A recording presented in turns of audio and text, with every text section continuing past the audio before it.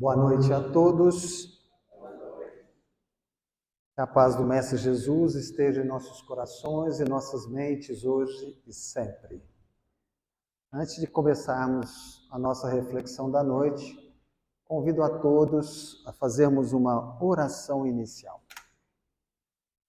Todos se sintam à vontade, relaxados, entrando em sintonia com a espiritualidade superior, buscando aquilo que vieram encontrar aqui, de olhos fechados. Vamos todos elevar o nosso pensamento a Deus, a Jesus, nosso doce mestre, ao amado Ramatiz e toda a espiritualidade de luz que conosco neste momento estão. Rogamos, Pai querido, que nos abençoe e nos envolva neste momento de reflexão e aprendizado. Que possamos todos nós receber aqui todas as energias positivas e salutares para o nosso equilíbrio e para a nossa harmonia. Rogamos, Pai querido, que possamos cada vez mais termos lucidez e entendimento para seguirmos no caminho da nossa evolução espiritual. Que possamos compreender todas as nossas adversidades, os nossos problemas e sofrimentos, mas unidos da vossa paz, da vossa fé, da vossa força e coragem, nós tenhamos a capacidade de seguir a nossa caminhada evolutiva. Nos abençoa hoje e sempre, como a todos os nossos familiares e a todos os nossos irmãos encarnados e desencarnados do orbe terrestre. Ilumina o nosso coração e a nossa mente nesse instante, para que possamos estar sintonizados com essa espiritualidade superior que nos ampara, que nos protege e nos guia. Que assim seja. Bem, queridos irmãos, hoje nós faremos uma reflexão sobre um capítulo do livro Vinha de Luz, livro este psicografado por Francisco Cândido Xavier, do Espírito de Emmanuel. É o capítulo 11, que se intitula Abre a Porta.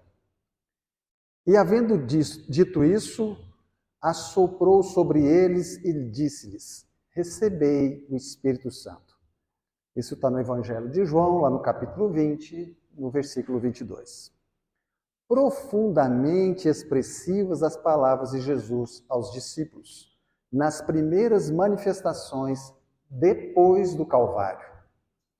Comparecendo à reunião dos companheiros, espalha sobre eles o seu espírito de amor e vida, exclamando: recebei o Espírito Santo.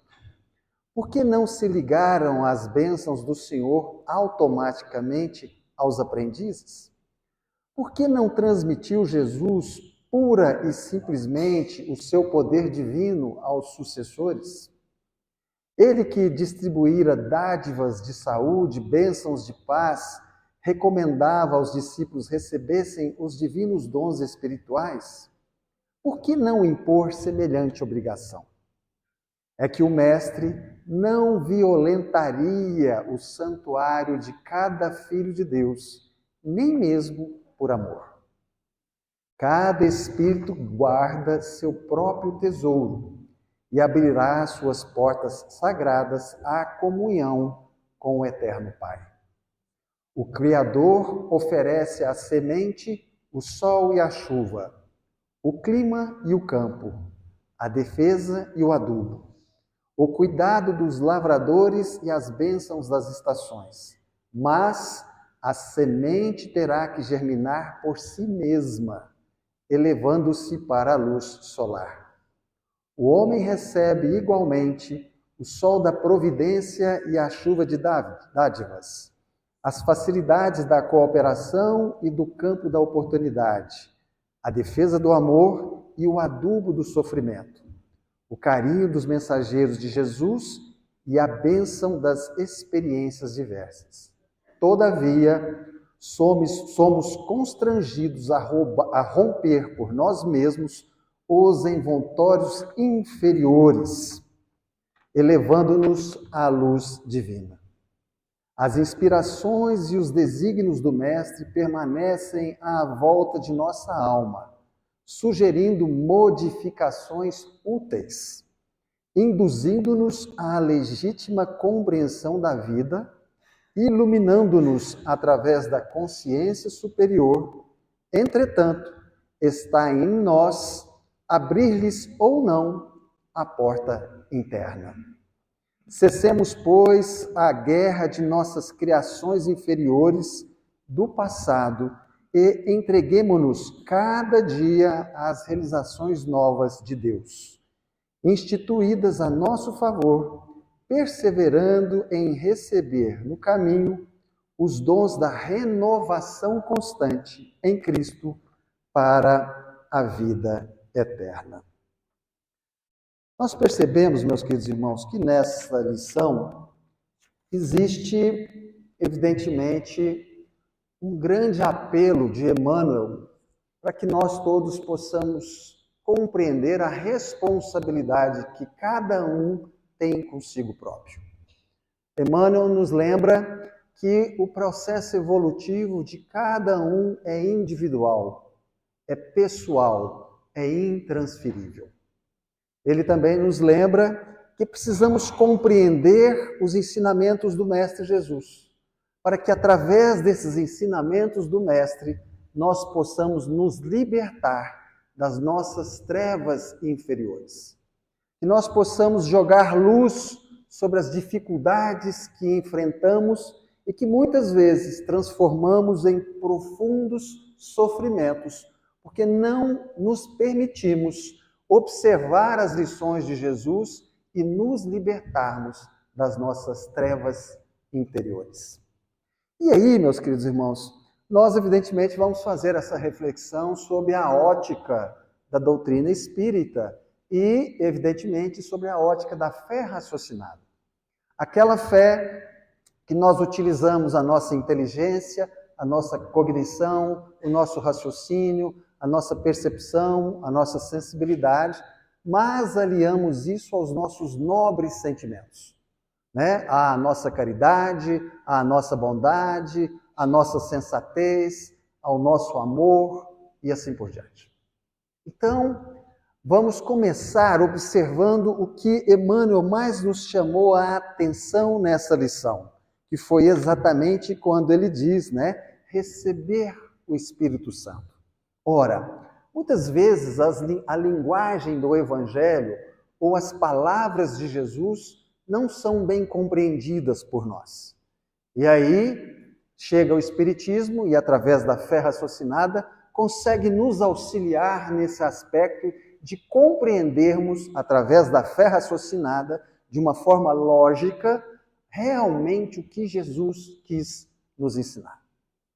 E a base de toda a lição do Mestre Jesus está evidentemente no quê? Na nossa transformação moral. Em momento algum, no Evangelho do Mestre, nós percebemos ou encontramos Jesus nos pedindo para que nós nos tornemos os mais fortes, os mais belos, os mais ricos, os mais poderosos. Em momento algum, o apelo evangélico nos leva aos poderes da matéria. Todas as lições do Mestre Jesus estão baseadas na nossa transformação moral, na nossa melhora íntima, em abrir a porta que a lição nos fala. Ou seja, buscarmos praticar tudo aquilo que o Mestre nos ensinou em termos de moralidade.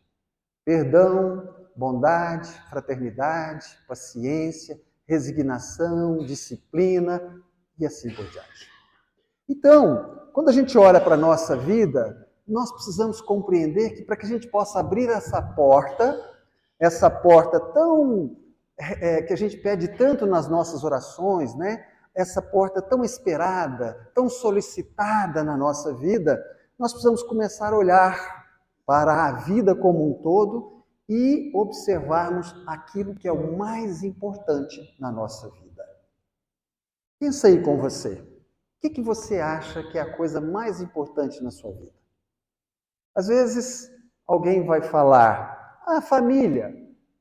Só que sem esse detalhe dessa lição que está subliminar, a gente não tem uma família legal. A saúde, da mesma forma. A reencarnação, da mesma forma. Então, essa lição nos leva a refletir sobre aquilo que é a coisa mais importante da nossa vida. E é algo que, por causa do mundo em que nós vivemos, um mundo materialista, imediatista e consumista, a gente sabe da importância, mas não dá importância prática. O que seria isso? A paz interior. Porque o que adianta eu ter uma família se eu não tenho paz interior? O que adianta eu ter uma reencarnação se eu não tenho paz interior? O que adianta eu ter saúde e não ter paz interior? O que adianta eu ter dinheiro, poder e beleza se eu não tenho paz interior? Aliás, a gente percebe que é exatamente a falta da paz interior que leva grandes massas do nosso planeta a situações de grande desequilíbrio mental.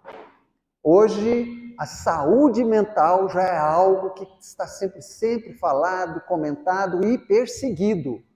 E a nossa saúde mental está diretamente ligada à nossa paz interior. Então, nós precisamos começar a observar como que a gente entende paz. O que é paz? Porque para que a gente possa abrir a porta que a lição nos fala, nós precisamos ter paz interior. Quem vai nos falar o que é paz? O Mestre Jesus. Não há outro mestre melhor, mais capaz, mais sábio do que ele para nos explicar o que é paz. Então, quando a gente olha, por exemplo, para esses tempos que nós estamos vivendo, tempos de intolerância, de violência, de angústia, isso tudo nos tira a paz, E essas condições desse desencanto vai cada vez mais criando um processo difícil na nossa vida. A gente liga uma televisão, vê o noticiário, olha na internet, pega um jornal, fica, muitas vezes estarrecido com tanta coisa difícil, complicada, no mundo. Muito bem. Então, o que Jesus nos falou da paz? Jesus estava reunido com seus discípulos na última ceia, a Santa Ceia. Jesus e seus 12 discípulos. E então, em determinado momento, já no finalzinho da ceia, Jesus chega para os seus discípulos e diz o seguinte: eu já estou indo. Eu vou para um lugar que vocês não podem ir. Aquilo causou um alvoroço entre os discípulos, porque eles já viviam tempos difíceis. Tempo de violência, tempo de maldade, todo tipo de dificuldades, eles já viviam isso. E aí, então, de uma forma assombrosa, eles perguntam: nossa, mestre, o senhor não pode ir? O que vai ser de nós sem o senhor? Aonde nós vamos encontrar paz para viver? E aí Jesus vira para eles e fala: não vos afligis, eu vos deixo a minha paz. Eu vos dou a minha paz, mas não a dou como o mundo a dá. O que Jesus já está falando para nós aqui? Que a paz do mundo é muito diferente da paz de Jesus. O que é a paz do mundo? Muitas vezes a gente acha que a paz do mundo é o silêncio. Você está em um lugar silencioso, a gente acha que a gente está em paz. Às vezes você está num lugar silencioso, mas a sua mente e o seu coração estão gritando, às vezes berrando, diante das adversidades, dos problemas que a gente não consegue tirar do coração ou da mente. Às vezes a gente acha que a paz é uma solidão. Você vai para um lugar longe, não tem ninguém perto, aí você acha que você está em paz. Na realidade, você está sem ninguém perto de você, porque a paz está dentro de você. Bacana.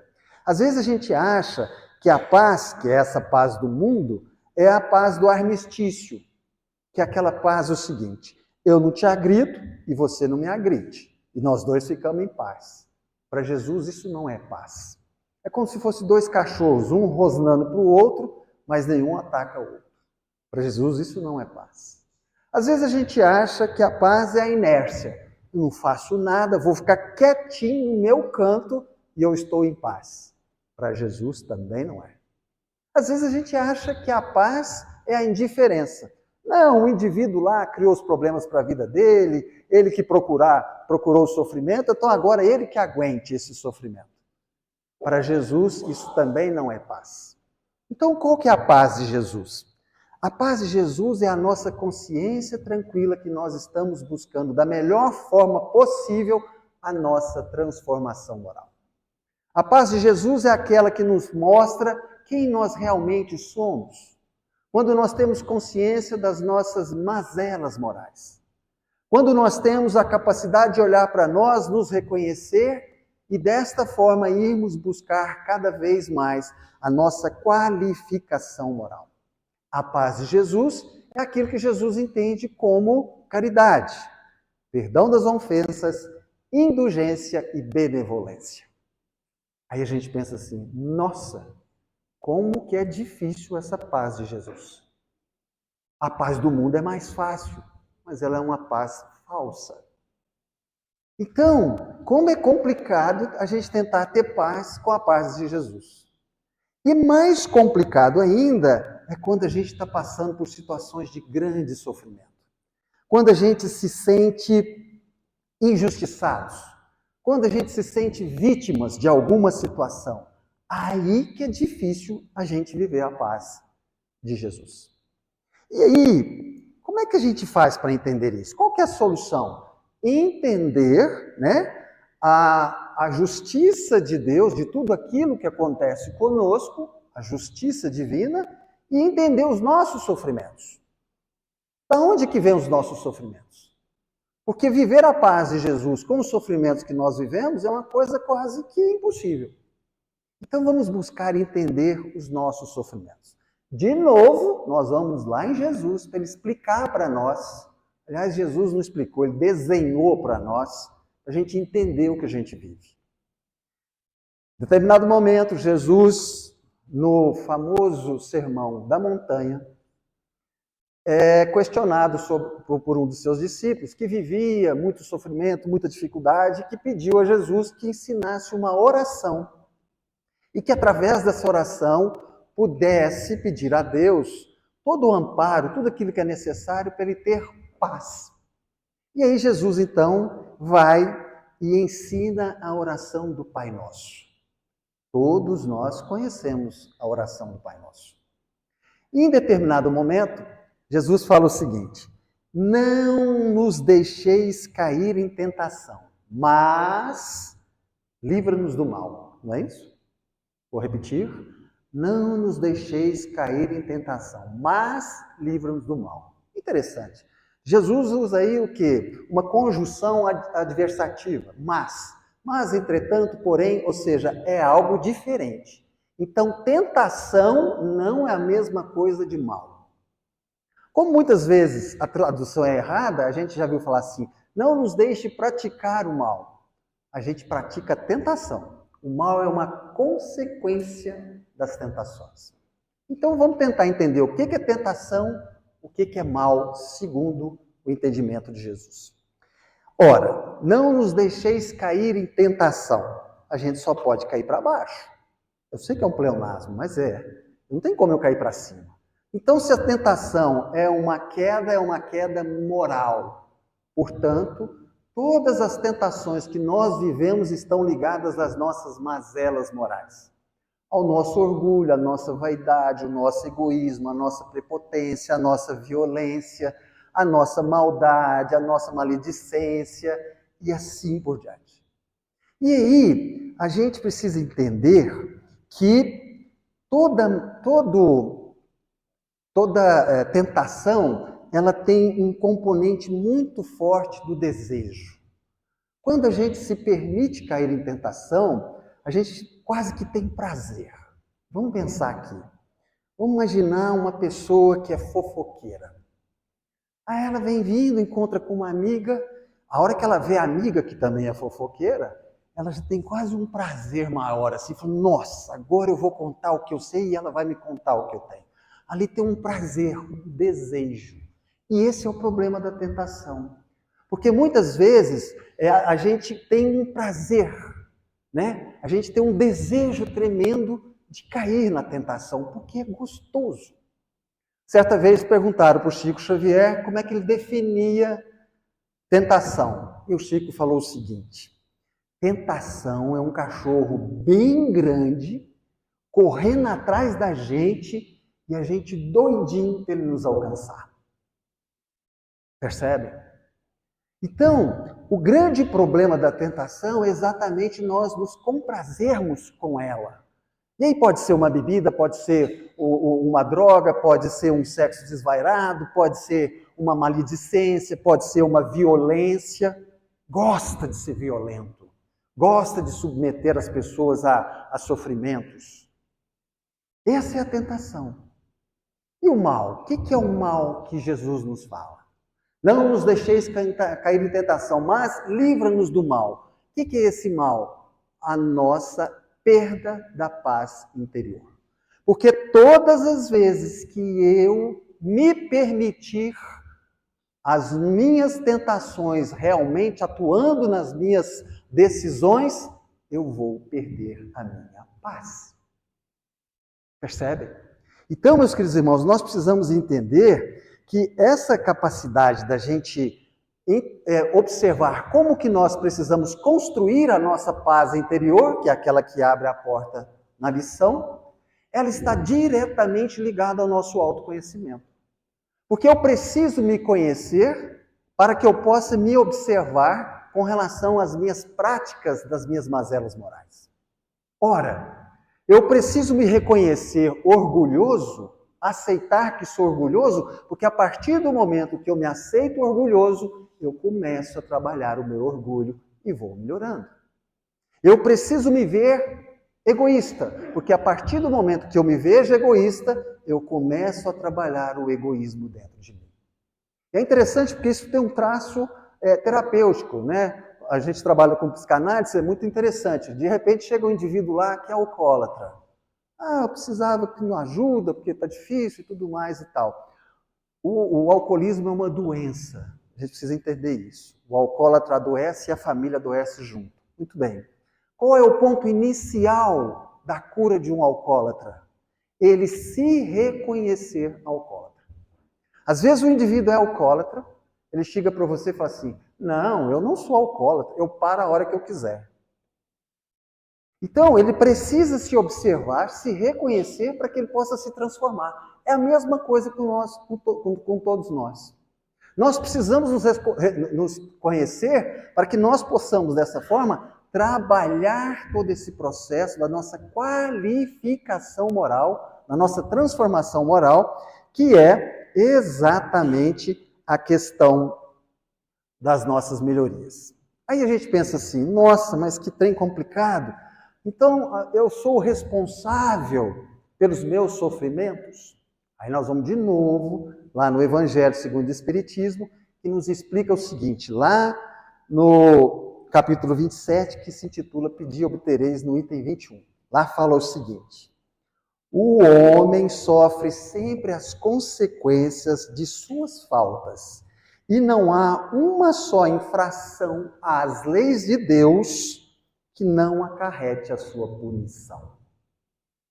Então, o nosso sofrimento vem à afronta quando nós derrogamos as leis de Deus. E qual é a lei de Deus mais importante? Qual é a primeira lei de Deus mais importante? O amor. Amar a Deus sobre todas as coisas e amar o próximo como a si mesmo. Nós estamos nos amando? Qual é o nível de amor que nós temos para conosco? E aí, quando eu faço uma fofoca, quando eu falo mal de alguém, quando eu faço algum tipo de agressão mental, verbal ou física, eu estou derrogando as leis de Deus. E o que acontece? O que vai, volta. É assim que acontece. O que vai, volta. Aí a gente pensa assim: nossa, mas que trem complicado. Mas essa é a lei de Deus? A lei da justiça de Deus é isso? O que vai e volta? Todo mal que eu fizer volta para mim? Nós espíritas muitas vezes não conseguimos interpretar de forma diferente, de forma correta, o que é a justiça de Deus. Por quê? Porque a gente precisa entender algumas coisas. Primeiro, Deus tem vários atributos. Deus é imaterial, onipresente, onipotente, onisciente, mas em relação à justiça de Deus, Deus é soberanamente justo e bom. Vou repetir. Deus é soberanamente justo e bom. Portanto, em nada, em situação nenhuma, que a gente possa olhar com relação a nós, a nossa vida, as pessoas que nos cercam e a tudo que ocorre no nosso planeta e no universo, existe injustiça de Deus. E como é difícil a gente entender e realmente aceitar isso. Aí a gente lembra, por exemplo, de um axioma espírita que às vezes é complicado, mas é uma realidade, que fala o seguinte: no mundo existe muita injustiça, mas não existe nenhum injustiçado. Dói até, né? O que esse axioma está falando? Colhemos o que plantamos. Somos herdeiros de nós mesmos. O que vai, volta. E muitas vezes nós achamos que essa é a lei da justiça de Deus, mas não é. Nós precisamos entender que existem duas leis que estruturam essa questão da justiça de Deus. Porque se às vezes a gente olhar para determinadas situações, uma tragédia, por exemplo, como a do Rio Grande do Sul, que todos nós estamos acompanhando, às vezes um sofrimento que a gente está vivendo, que a gente não consegue entender por que a gente está vivendo, a gente pensa, gente, Deus é injusto. Então vamos entender hoje por que ocorrem as coisas conosco, como ocorre e qual é a nossa participação.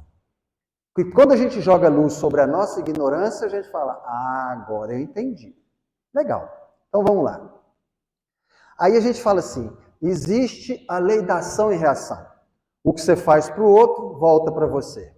É verdade. Essa lei existe? Existe. Essa lei existe. Se eu faço o bem volta para mim. Se eu faço o mal volta para mim. Mas essa lei, ela é uma consequência de uma outra lei de Deus. Qual? A lei do livre-arbítrio. A lei do livre-arbítrio. Porque a lei do livre-arbítrio determina que nós temos que escolher. Todos nós hoje, desde a hora que nós acordamos, nós fomos ao longo do dia escolhendo várias coisas. Eu vou fazer isso, eu vou fazer aquilo, eu vou fazer dessa forma, eu vou fazer assado. E, inclusive, escolhemos estar aqui, nesse momento. Qual que é o problema de escolher? O que eu faço volta é porque nós vamos sempre viver as consequências das nossas escolhas. Aí você fala assim, Deus me livre, tem umas consequências que eu não quero viver. Sabe o que eu vou fazer? Eu não vou escolher. Quando você não escolhe, você acabou de escolher não escolher. Não tem como não escolher, é uma lei divina. Então nós precisamos ter a maturidade de entender que a todo instante estamos fazendo uma escolha.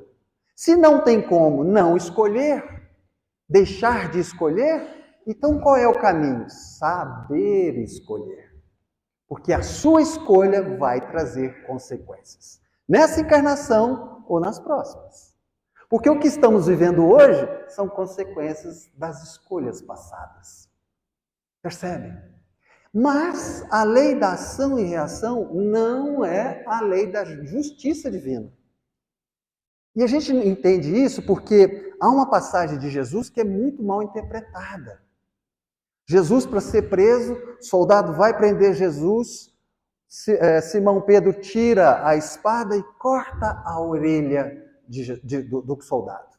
Jesus manda ele parar, pega a orelha, dá uma sopradinha, dá uma limpadinha e coloca no lugar.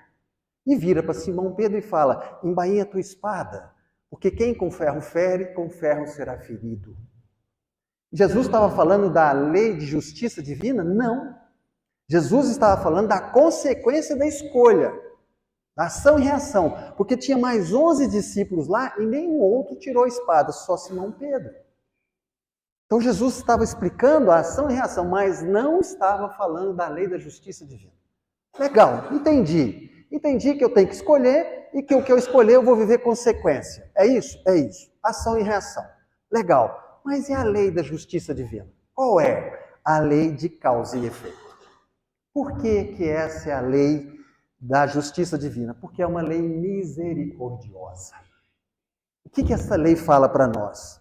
Que todo o sofrimento que você causa ao outro volta para você, mas ela está diretamente ligado a quê? À condição de que você realmente esteja na proporção do seu aprendizado. Ou seja, o sofrimento que volta para você não é para você chorar, não é para você sentir dor, é para você aprender a não repetir aquela maldade. Então, todo mal que eu fizer que voltar para mim, eu preciso olhar para o sofrimento que eu estou vivendo. E aí pode ser problema financeiro, emocional, conjugal, uma doença física, espiritual ou mental. Seja o sofrimento que você estiver vivendo. Você tem que olhar para o seu sofrimento e perguntar para ele: o que eu tenho que aprender com você? Às vezes é aprender a ter fé, resignação, força, disciplina. Às vezes é perdoar. Quantas doenças psíquicas a gente vê gerando processos até oncológicos, né, de câncer no corpo físico, por falta de perdão. Percebe? Então a gente precisa olhar para esse sofrimento como um processo didático. E é interessante porque a hora que eu olho para o meu sofrimento e eu realmente aprendo com ele, o que acontece com o sofrimento? Ele acaba. Porque Deus não tem interesse no nosso sofrimento.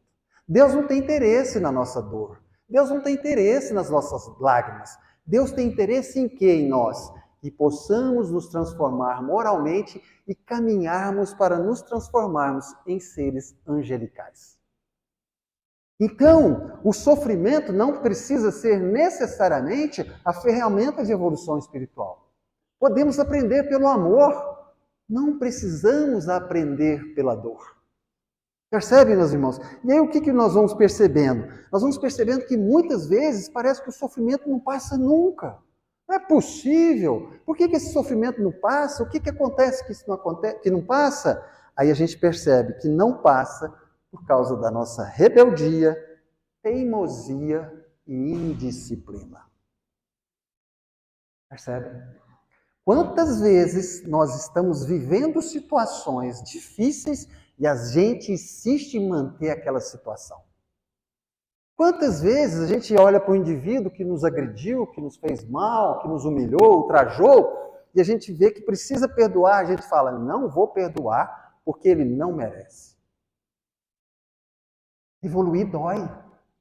Por quê? Porque nós temos que lembrar de Paulo de Tarso. O que Paulo falava? É necessário que o homem velho morra para que o novo possa nascer. Não é morte física, é morte metafísica.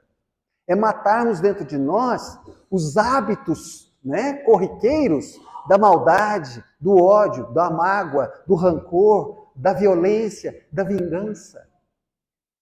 É essa transformação moral que abre a porta da lição da noite. Então nós precisamos começar a observar para nós como é que nós estamos diante disso tudo.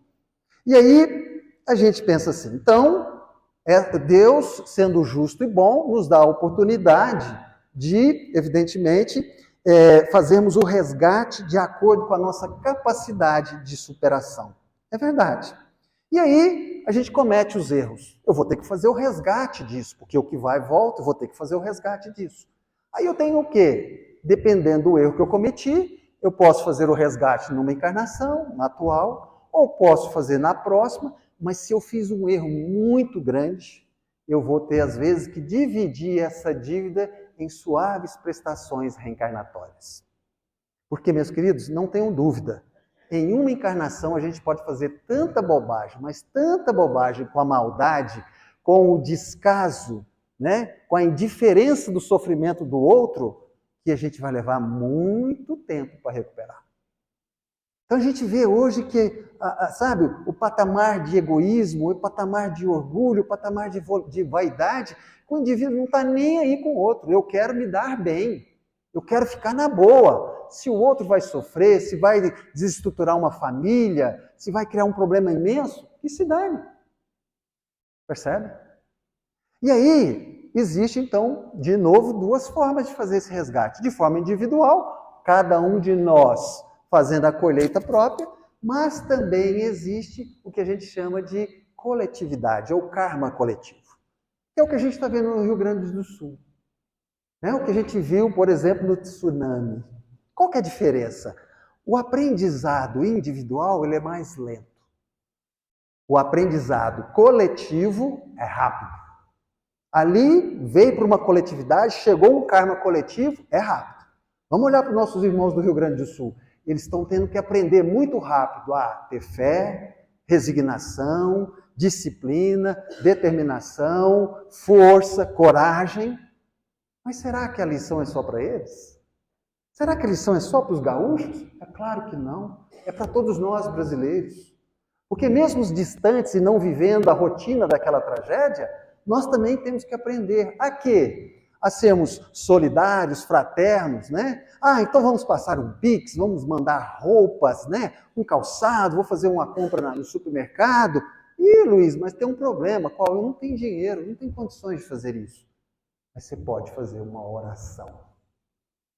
Quantos de nós aqui, nesse momento, fizemos uma oração em prol da coragem, da força, do amparo espiritual para os nossos irmãos que estão lá? Então, o karma coletivo do Sul também é nosso, porque para ver para quê? Para aprender. Aí, de repente, a gente lembra do quê? De uma tragédia mundial. Uma pandemia que não tem nem 3 anos que acabou. O mundo parou.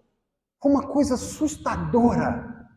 Aí eu pergunto para vocês, será que a humanidade aprendeu? Percebem? E aí quer ter paz. Será que é possível? Acaba-se uma pandemia daquelas proporções, 6 meses depois começa uma guerra na Rússia. Luiz, mas o que eu posso fazer lá na Rússia? Aí não depende de mim e tudo mais e tal. É verdade. Então o que nós temos que fazer? Cuidar do nosso quintal. Qual é o nosso quintal? A nossa vida íntima, as pessoas que nos rodeiam, o nosso trabalho, a sociedade que nós estamos inseridos. Esse é o nosso quintal. Se a gente já fizer esse trabalho, está excelente. Está excelente. A gente lembra de Chico Xavier. Na reencarnação, ninguém erra de endereço. Nossa, porque é difícil demais. O meu pai, minha mãe, minha esposa, meus filhos. Você está no lugar certo, com quem você tinha que estar para aprender o que você precisa. E a recomendação do Cristo é que a gente aceite de bom grado, porque se a gente se rebelar, se indisciplinar, o sofrimento continua. Percebem? Então é difícil mesmo, a gente concorda. Terminando a nossa reflexão, a gente vai lembrar, por exemplo, de várias ferramentas que nos ajudam a buscar essa paz interior. Mas teve uma ferramenta em especial que Jesus falou muito dela. E que a gente tem uma dificuldade tremenda com ela. Qual é? O perdão. Como a gente tem dificuldade com o perdão. E o perdão é muito importante porque ele é fundamental para a gente obter a nossa verdadeira paz interior. E aí, a hora que a gente é, então, desafiado a ter que perdoar, quando alguém vem e nos humilha, nos calunia, nos ultraje, né, que faz um ultraje conosco e tudo mais, a gente tem uma dificuldade de perdoar, por quê? Porque a gente julga. Será que ele merece o meu perdão? Será que está certo? E o grande problema é que muitas vezes a gente tenta ser justo, mas na realidade nós somos justiceiros. Vamos lembrar da passagem da mulher adúltera. Mulher adúltera foi pega em adultério, está lá no chão, caída, cheio de homem em volta dela, todo mundo com uma pedra na mão, prontos para apedrejá-la e matá-la a pedradas. E aí eles provocam o único justo que tinha naquela praça, Jesus. Mestre, pode apedrejar? Jesus escrevendo no chão falou assim, vocês que sabem, aquele que não tiver nenhum pecado que atire a primeira pedra. A turma caiu fora. Os mais velhos primeiro. Ou seja, todos nós temos as nossas falhas. E aí a gente tem a mania, muitas vezes, de julgar o outro. E aí, qual que é o problema de julgar o outro? É que muitas vezes nós não somos justos, nós somos justiceiros. E todo justiceiro é vingador. Aí a gente pensa assim, não, Luiz, mas eu não sou vingador, não, de jeito nenhum, Deus me livre. Eu sei que eu tenho meus problemas, minhas dificuldades, mas eu não sou vingador. Será que não? Vou convidar vocês para fazer uma rápida reflexão. Rápida. Sujeito trabalha o dia inteiro. Foi um dia difícil, complicado, trabalhou pra caramba. Oh, que dia difícil, parecia que o dia não ia acabar nunca. Finalmente o dia acaba. Ele vai, pega o carro dele e vai embora para casa. Trânsito terrível. Parece que até que ele estava em Goiânia, né? Trânsito terrível. De repente, fecha o sinaleiro, ele para o carro, toca o telefone. Quem é? A esposa. Ô, meu amor, tudo bem? Oi, tudo bem. Onde que você está? Aí ele vira para ela e fala assim, estou em frente ao supermercado tal. Aí ela toda faceira fala, ô, meu amor, que bom que você está aí. Eu estou numa vontade de comer chocolate. Você está aí na porta, entra aí, compra uma caixa de chocolate para mim, por favor. Aí ele vira para ela e fala assim, você me perdoa, mas eu não vou entrar não. Eu estou muito cansado, tive um dia dificílimo, estou num trânsito horrível, e eu estou louco para chegar em casa para jantar, porque eu estou morrendo de fome. Aí ela responde, então tá bom, até mais tarde, desliga. A hora que ela desliga, ela pensa assim, deixa ele, a hora que ele chegar aqui, ele vai ver a janta gelada que ele vai ter. Vingança. Vingança. Qual o padrão de vingança que a gente pratica todos os dias? E o problema da vingança é que ela é sempre proporcional ao tamanho da agressão que a gente recebeu. Por quê? Porque nós somos justiceiros e não justos. Percebe?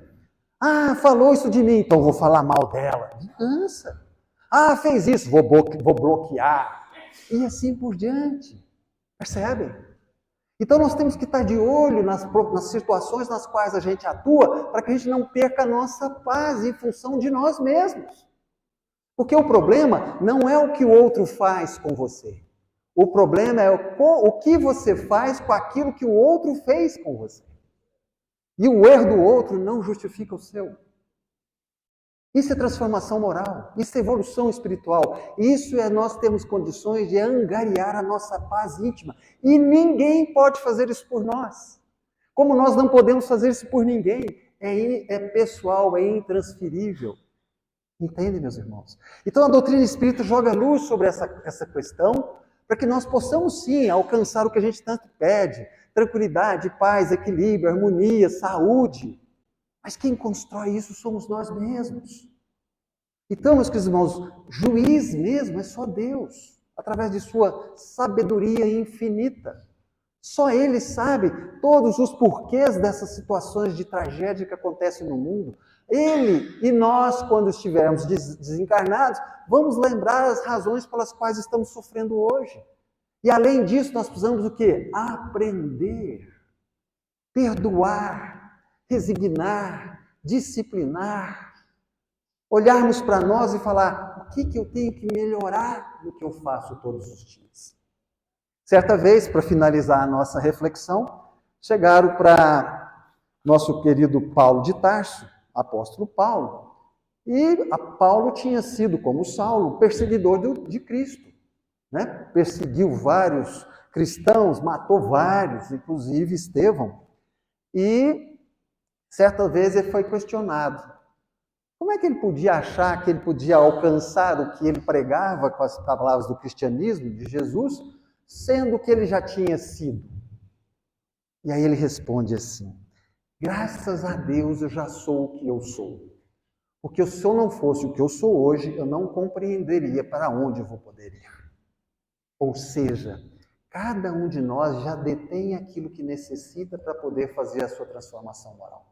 Nenhum de nós carrega nas costas, nos ombros, um peso que não dá conta de carregar. Todo problema que nós temos, qualquer problema que nós temos hoje, nós já temos plena consciência de enfrentar, de trabalhar e vencer. Senão nós não teríamos o problema. Por uma simples razão. Deus é justo e bom. Ele é bom e justo ao mesmo tempo. Então que nós saibamos aprender, então, que toda dificuldade adveio da nossa ignorância e que está tudo certo, que é o nosso processo evolutivo. Que talvez nessa encarnação a gente não consiga fazer tudo o que a gente precisa. E está tudo certo. Porque a bondade infinita, a misericórdia de Deus sempre nos dará uma nova oportunidade reencarnatória. Mas se nós temos entendimento disso, clareza, podemos compreender isso, por que não fazer nesse momento? Porque quem vai sofrer somos nós. E está tudo certo, é uma escolha. Eu não quero ser bom, eu não quero perdoar, eu não quero ser disciplinado. Está tudo certo, você só não pode reclamar da consequência que virá da sua escolha. Isso é fé raciocinada. Isso é nós realmente assumirmos a nossa vida, as rédeas da nossa vida, na condição de sermos o quê? Deusinhos, porque somos filhos de Deus. Se somos filhos de Deus, somos deusinhos. Então, meus irmãos, que possamos abrir o nosso coração e a nossa mente para entender as lições do Mestre Jesus e praticá-las a nosso favor, desenvolvendo e cada vez mais aprimorando a nossa transformação moral. Reflitamos. Muitíssimo obrigado pela presença de todos vocês, pela atenção, pelo carinho. Um beijo no coração de todos e uma boa noite a todos. Muito obrigado. Nós vamos passar agora para a segunda etapa dos trabalhos. Nós vamos fazer os passes. Pedimos a todos que se sintonizem com a espiritualidade superior. Nosso grupo mediúnico já está se postando para fazer essa fluidoterapia e possamos nos colocar receptivos a essa transfusão energética,